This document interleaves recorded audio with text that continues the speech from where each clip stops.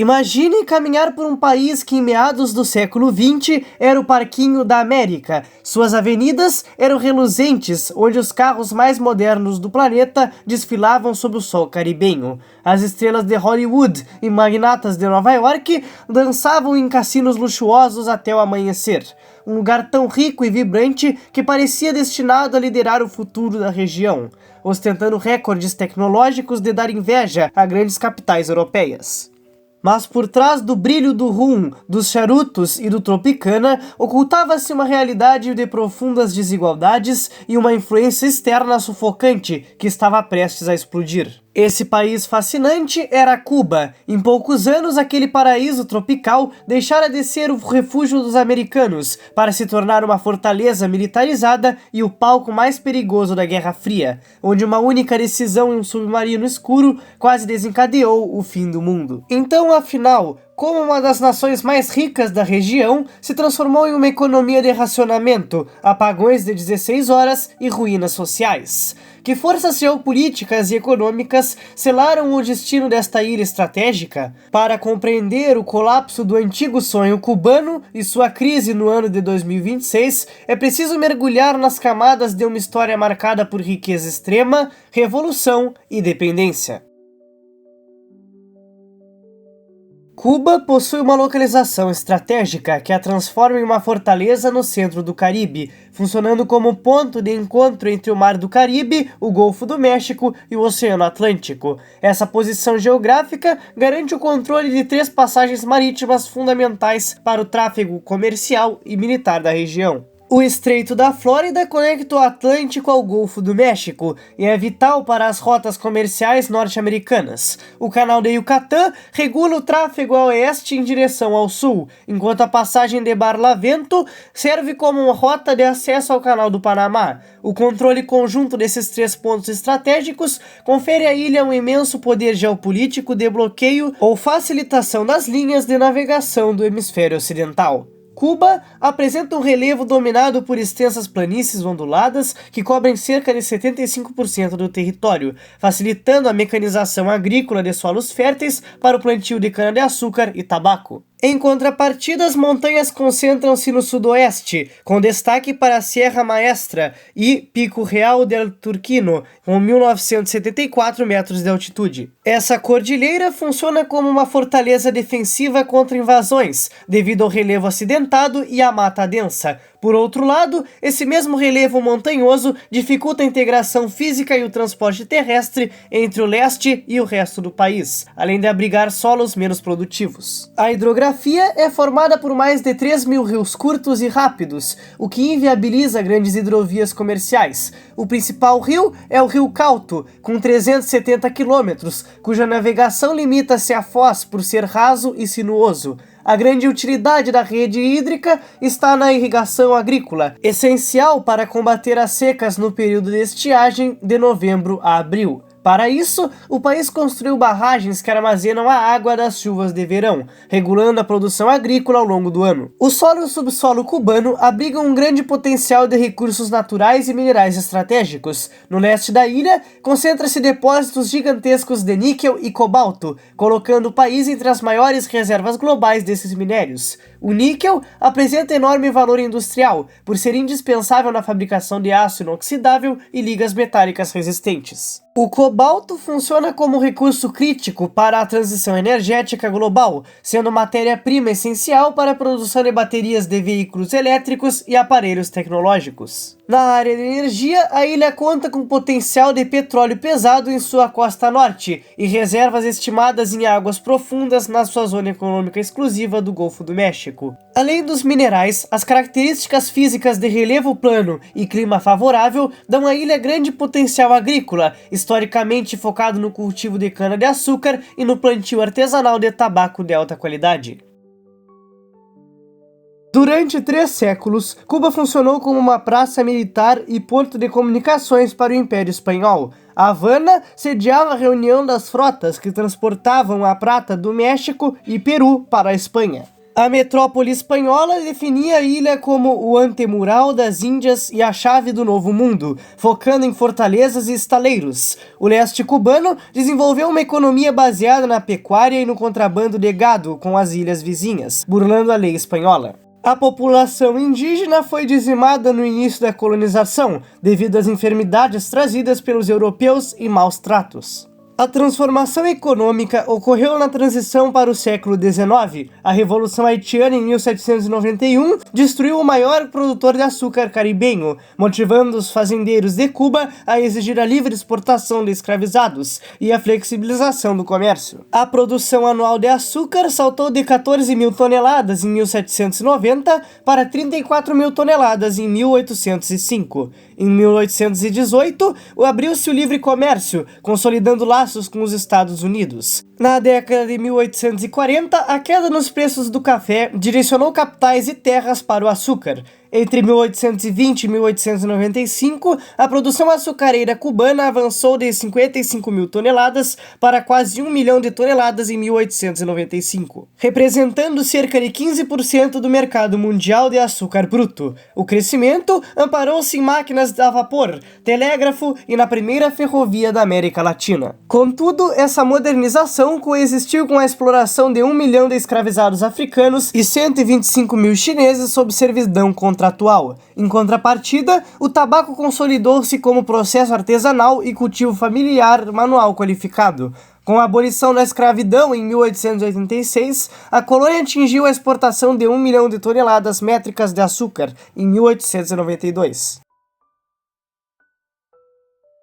A penetração econômica dos Estados Unidos em Cuba iniciou-se na década de 1820. Na década de 1870, 75% das exportações de açúcar destinavam-se ao mercado americano. Em 1895, os investimentos americanos acumulados alcançavam 95 milhões de dólares. Após a independência em 1898, a ilha manteve forte dependência de Washington, sob a ditadura de Fulgêncio Batista, iniciada após o golpe de Estado em 1952 com o apoio dos Estados Unidos. O governo incentivou investimentos estrangeiros no turismo, mineração, infraestrutura e pecuária. No momento da Revolução entre 1953 e 1959, o PIB per capita de Cuba ocupava a 7ª posição entre 47 economias da América Latina. Contudo, o crescimento anual médio do PIB per capita real no período entre 1952 e 1958 foi de apenas 0,45%. Refinarias de petróleo com rendimento de até 50 milhões de dólares ao ano eram proprietárias da Standard Oil, Texaco e Shell,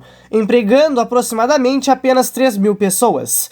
Entre 1955 e 1958, cerca de 74% das exportações destinavam-se aos Estados Unidos e 73% das importações vinham de lá. A dependência externa vinha associada a graves desigualdades e a ascensão de Havana como centro de lazer controlado pela máfia italiana. Em dezembro de 1946, uma reunião de mais de 20 famílias do crime organizado, liderada por Meyer Lenski e reunindo Luque Luciano e Frank Costello, selou acordos para a exploração de cassinos e tráfico de drogas. O banquete teve show de Frank Sinatra nos cabarés Tropicana, Montmartre e Sanssouci, evidenciando uma elite desconectada da miséria rural, marcada pelo desemprego estacional da safra açucareira. A vitória de Fidel Castro em 1º de janeiro de 1959 alterou profundamente a estrutura produtiva de Cuba. Entre 1959 e 1962, o governo promoveu amplas estatizações da economia e transformou as relações de trabalho e propriedade, provocando a saída de empresários, profissionais qualificados e setores mais ricos da sociedade. A produção nacional e a produtividade declinaram em 1962 e 1963, devido às dificuldades da rápida centralização econômica, as tentativas de industrialização acelerada e a redução temporária da prioridade dada às safras de açúcar. Nos primeiros anos da Revolução, destacou-se o sistema orçamental de financiamento, defendido por Ernesto Che Guevara. O modelo rejeitava mecanismos de mercado e buscava concentrar toda a economia sob controle direto do Estado. As empresas não deviam operar visando o lucro individual, mas sim cumprir metas definitivas pelo planejamento central. Che Guevara também defendia incentivos morais ao trabalho, valorizando o compromisso ideológico revolucionário acima das recompensas materiais. Posteriormente, Cuba aproximou-se gradualmente do modelo soviético de planejamento econômico, adotando sistemas administrativos mais burocráticos e técnicos ao longo das décadas seguintes. A confrontação entre Cuba e Estados Unidos resultou em severas sanções econômicas. Em 1960, Dwight Eisenhower impôs as primeiras restrições após Cuba nacionalizar refinarias da Esso, Texaco e Shell, que haviam se recusado a refinar o petróleo soviético. Como resposta, o governo americano reduziu a cota de açúcar cubano, principal produto de exportação da ilha para os Estados Unidos. Em seguida, Cuba nacionalizou propriedades americanas avaliadas em mais de $1 bilhão. Os Estados Unidos, então, proibiram grande parte das exportações para Cuba, mantendo exceções limitadas para alimentos e medicamentos. O embaixador Philip Bonsall opôs-se às sanções em outubro de 1959, considerando que as medidas econômicas severas podiam fortalecer politicamente o governo revolucionário, em vez de enfraquecê-lo. Ao longo das décadas seguintes, diferentes governos americanos alteraram modelos de maior pressão com tentativas limitadas de flexibilização diplomática e comercial. Entre 1962 e 1963, John F. Kennedy ampliou o embargo comercial por meio da Foreign Assistance Act e das Cuban Asset Control Regulations, baseadas no Trading with Enemy Act. O bloqueio foi posteriormente reforçado pela Lei Torricelli, em 1992, e pela Lei Helms-Burton, em 1996, gerando elevados prejuízos econômicos para Cuba, estimados pelo governo cubano em cerca de 148 bilhões de dólares acumulados. O isolamento acelerou a aliança econômica com a União Soviética. O pacto formal iniciou-se em fevereiro de 1960, com a visita de Anastas Mikoyan, resultando em um acordo para a compra de açúcar cubano em troca de combustíveis e um empréstimo de 100 milhões de dólares, com taxa de 2,5% ao ano. Em fevereiro de 1966, firmou-se em Moscou o acordo comercial, estendendo o crédito de 91 milhões de dólares para a modernização agrícola. A União Soviética forneceu petróleo a Cuba em condições altamente subsidiadas entre 1960 e 1990. O intercâmbio comercial cresceu significativamente, de 160,6 milhões de rublos em 1960 para pouco mais de 1 bilhão de rublos em 1970, alcançando o ápice de 8 bilhões de rublos em 1985. O déficit cubano contínuo era financiado pelo auxílio soviético. Entre 1960 e 1985, os subsídios soviéticos ao açúcar cubano superavam 22 bilhões de dólares, por meio da compra do produto acima dos preços do mercado mundial. A ajuda direta soviética custou em média 300 milhões de dólares anuais, desde 1961, totalizando 65 bilhões de dólares em subsídios e empréstimos entre 1960 e 1990. Na década de 1980, os aportes soviéticos alcançaram 23% do produto interno bruto de Cuba, cerca de 4,3 bilhões de dólares por ano. Esse arranjo permitia Cuba reexportar o petróleo soviético por divisas, gerando mais de 40% de todas suas receitas de exportação. O bloco do Comecon, integrado por Cuba desde 1972, absorvia as exportações de níquel e cobalto, embora a União Soviética já fosse a segunda maior produtora de níquel, caracterizando uma demanda artificial para amparar politicamente a Havana. Esse padrão inibiu reformas estruturais e consolidou a vulnerabilidade externa de Cuba.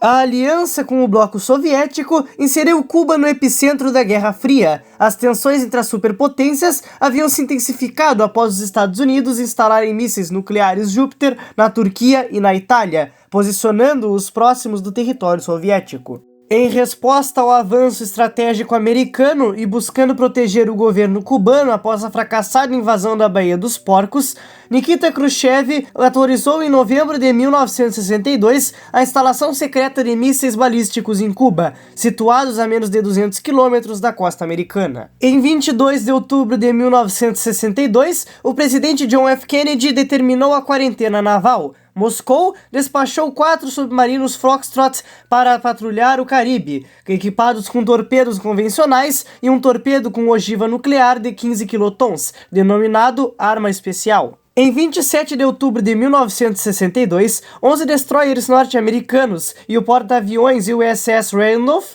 localizaram o submarino B-59 perto de Cuba. A frota americana lançou cargas de profundidade de sinalização e granadas para forçar a imersão do submarino. Submerso a grande profundidade, sem comunicação com Moscou e sob calor sufocante, o comandante Valentin Savitsky e o oficial político Ivan Maslenikov julgaram que a guerra havia começado e decidiram disparar o torpedo nuclear. O lançamento da ogiva nuclear requeriu consentimento unânime dos 3 oficiais superiores no submarino. O terceiro oficial era Vasily Arkhipov, comandante da flotilha a bordo do B-59. Arkhipov havia sobrevivido ao acidente do reator nuclear do submarino K-19 em junho de 1961. Onde a radiação matou 8 marinheiros em um mês e 22 após 2 anos, conferindo-lhe o prestígio e cautela militar. Arkhipov recusou-se a aprovar o disparo nuclear, convencendo o capitão a emergir para aguardar as ordens diretas de Moscou. O oficial faleceu em 19 de agosto de 1998,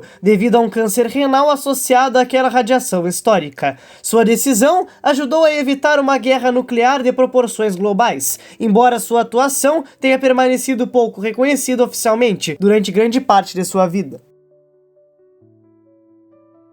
A desintegração soviética em 1991 e o fim do Comecon desestruturaram a economia de Cuba, iniciando um período especial em tempos de paz. A perda dos subsídios de Moscou, estimados entre 4 a 6 bilhões de dólares anuais, resultou na queda do produto interno bruto cubano, entre 33% a 40% de 1990 a 1993. O comércio exterior encolheu drasticamente e a escassez aguda de combustíveis paralisou fábricas e interrompeu transportes públicos. O cotidiano foi marcado por apagões de até 16 horas por dia e pelo uso de bicicletas. O abastecimento alimentar pela libreta, instituída em 1962, foi drasticamente reduzido. A ingestão calórica média por pessoa desabou, gerando uma perda ponderal severa e carências nutricionais. A desnutrição crônica e a falta de vitaminas causaram neuropatias ópticas em 50 mil cidadãos. Para garantir a sobrevivência do regime, o governo recorreu ao capital estrangeiro e ao turismo internacional de larga escala como fonte de divisas. A legalização do dólar e a abertura de lojas em moedas conversíveis geraram uma economia dual, com profunda segmentação social entre aqueles amparados por remessas externas e a população dependente de salários e pesos cubanos. Embora o turismo tenha contido o colapso, a desigualdade social acentuou-se e a infraestrutura nacional continuou a deteriorar devido à escassez de investimentos estruturais. A transição de poder para Miguel Díaz-Canel ocorreu sob estagnação e crise estrutural crônica. No plano macroeconômico, o produto interno bruto nominal situava-se em cerca de 100 bilhões de dólares em 2018, enquanto medido por paridade do poder de compra alcançava aproximadamente 137 bilhões de dólares em 2017. O produto interno bruto per capita nominal era de cerca de 8.800 dólares em 2018, e por paridade do poder de compra alcançava cerca de 12.300 dólares em 2016. A força de trabalho totalizava aproximadamente 5 milhões de pessoas em 2019, distribuída principalmente entre comércio e serviços com 73,9%, indústria com 22,3% e agricultura com 3,8%. A taxa de desemprego oficial era de cerca de 4% em 2015, a inflação oficial registrada em 3,6% em 2013 e a dívida externa bruta alcançava aproximadamente 30 bilhões de dólares em 2017. A partir de 2021, a economia deteriorou-se sob a tarefa ordenamento, reforma cambial que unificou as moedas, mas resultou em uma inflação descontrolada, triplicando os preços formais. Em 2023, o produto interno bruto real encolheu 1,9%, com alta de 1,9% em 2022. O déficit fiscal alcançou 147 bilhões de pesos em 2023, equivalente a 18% do produto interno bruto, exigindo a emissão monetária sem lastro. A falta de divisas fortaleceu o câmbio informal monitorado pela plataforma El Toque. Passou de cerca de 40 pesos por dólar em 2021 para mais de 300 pesos em 2024, ultrapassando 400 pesos em 2025. Esse cenário pulverizou o poder de compra dos salários estatais, que tinham média de 29 dólares mensais em 2016. As pequenas e médias empresas privadas passaram a operar diretamente em dólares, consolidando a dolarização informal. O setor de mineração respondeu por apenas 0,4% do PIB cubano em 2023, empregando cerca de 21 mil trabalhadores. Apesar do aumento da produção de zinco na mina de Castellanos, diversos materiais e insumos industriais registraram forte queda, incluindo petróleo bruto, cimento, cal e compostos de níquel e cobalto, refletindo a deterioração estrutural da capacidade produtiva do país. Cuba permanece relevante na produção de níquel e cobalto, minerais estratégicos para baterias e ligas metálicas. Em 2019, o país produziu cerca de 3.500 toneladas de cobalto, possuindo reservas estimadas em aproximadamente 500 mil toneladas. A extração concentra-se na estatal Ernesto Che Guevara e na Moak Nickel, empresa operada conjuntamente pelo governo cubano, e pela canadense Chariot. O colapso açucareiro relegou Cuba à 37ª posição global, com colheita histórica de 40 mil toneladas em 2023, volume 16 vezes menor do que o patamar em 1960. O país perdeu a autossuficiência alimentar básica, dependendo de importações. O arroz nacional cobre apenas 24% do consumo e o frango atende a menos de 4% da demanda interna. A escassez de combustíveis foi agravada pela redução do petróleo da Venezuela, que despencou de cerca de 90 mil barris diários para pouco mais de 30 mil em 2025, estendendo os apagões diários para 16 horas. A sobrevivência das famílias depende de remessas estimadas em 3 bilhões de dólares anuais, correspondentes a 8,3% do produto interno bruto, amparando cerca de 70% da população. Antes de terminar o vídeo, eu peço seu like e sua inscrição. E esta é a história econômica de Cuba, um projeto histórico que prometeu igualdade e fartura, que transformou-se no século XXI em um cenário de profunda decadência. A promessa de soberania desvaneceu-se diante de campos abandonados, usinas paralisadas e um êxodo desesperado. Hoje, o fervor revolucionário deu lugar ao cansaço diário por apagões e escassez de alimentos. A utopia cubana desmoronou, restando apenas uma dolorosa luta pela sobrevivência.